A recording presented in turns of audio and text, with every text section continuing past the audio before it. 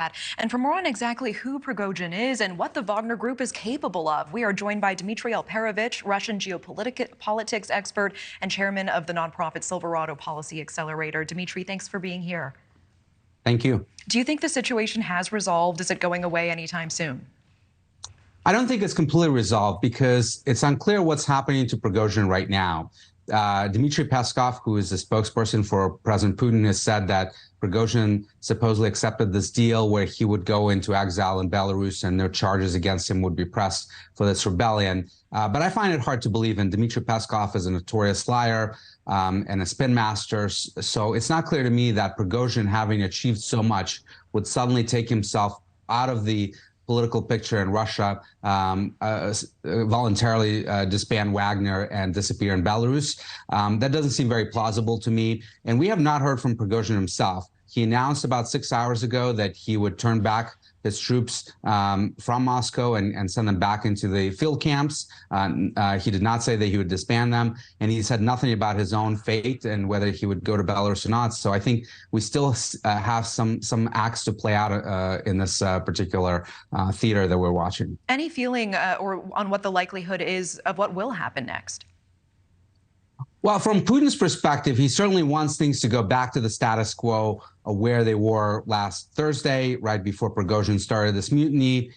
He wants to put finishing touches on this episode and move on and continue to prosecute his war in Ukraine. But one thing is clear, actually two things are clear. One, that Prigozhin has built a significant power base in the last 24 hours. He now looks like the person that challenged Moscow, that was able to get within 200 kilometers, about 150 miles or less of south of Moscow, and has not been able to be stopped by the Russian military and the Russian security forces. And at the same time, Putin looks extremely weak, that he let this happen, that he was caught unawares. So you have a situation where once fortunes are rising, Prigozhin's, and Putin's fortunes are on the downfall. Help us understand what the Wagner Group is capable of. If they did make it all the way to Moscow, what would have been the outcome? Well, that's really the $64,000 question. I was astonished that they were able to get that far with so little opposition from the Russian military. And there were real questions, I think, if they had kept going, would the Russian military fight them?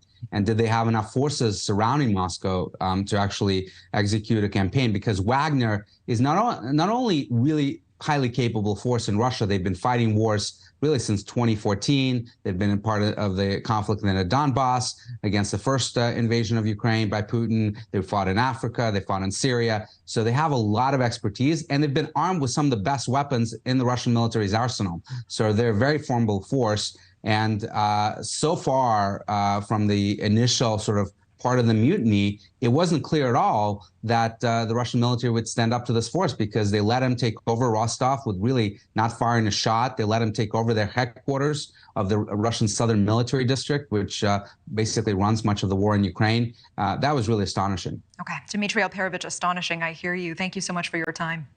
Thank you.